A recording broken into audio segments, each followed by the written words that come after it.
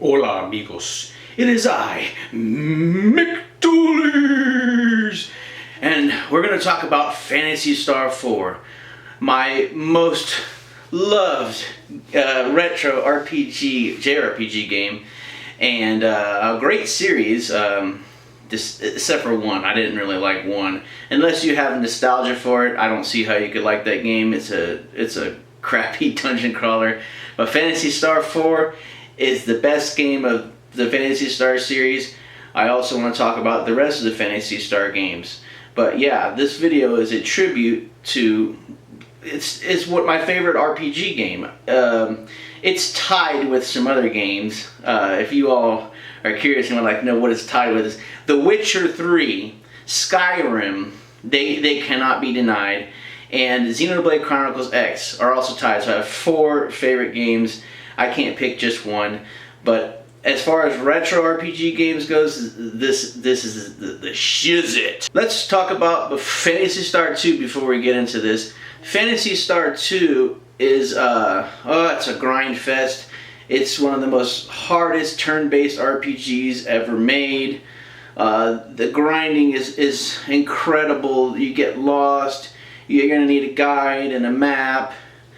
The same can be said about 3, but it's not quite as difficult. It's a little bit more balanced, but lacks the charm of 2. Phantasy Star 2 is very, very, very charming, and the characters are great.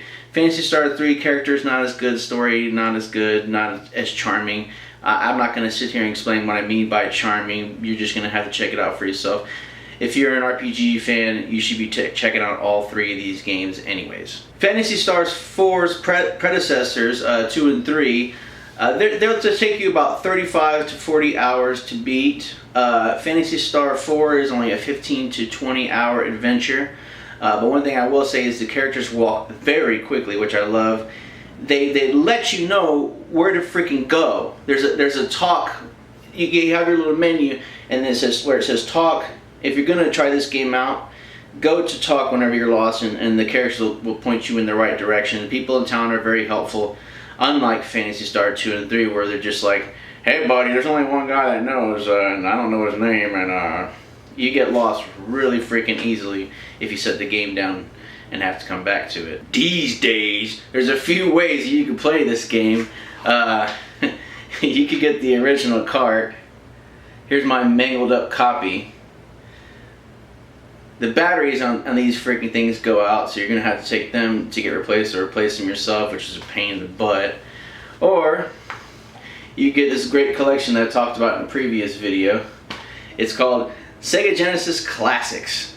I know it's on PS4 and on Nintendo Switch, so you can even play it on the go. This 15 to 20 hour adventure takes place on 3 planets: Palma, Motavia, and Desolus. It's not long, but there's a lot of different environments. The characters are robust, and at the time, I played this on the Sega channel. I'm going to talk about the Sega channel a lot, so get used to it. I had the Sega channel, and that's how I discovered this game, and this was the game that launched me into playing RPGs like Shining Force. So, yeah, there's these comic book scenes, and there's no voice acting. It's it's an old Sega Genesis game. And there's these comic book scenes that come up, and they're just, you'll see in the gameplay that I'm going to show. It's just freaking beautiful, and I love it. And oh man, it's freaking awesome. The story is so cool, and there's a tragedy that strikes somewhere in the middle of the game that if you don't tear up, you got a heart of stone.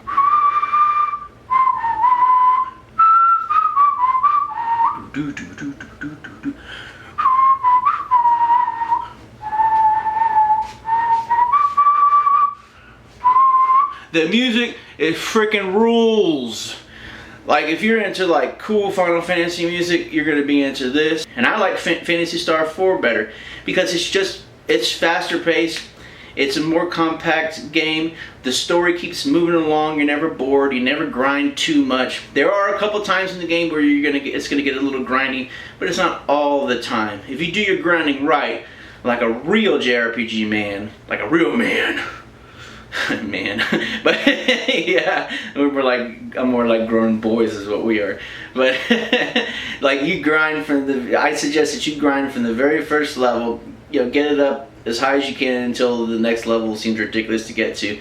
Do that for a little while, and then you're gonna get through the first half of the game. And then when you get to the second half of the game, do the same thing. You know, rinse and repeat. Then when you get to the end and you get to the last few bosses, you know what to do. You're gonna have to grind the last 2-3 bosses of any JRPG.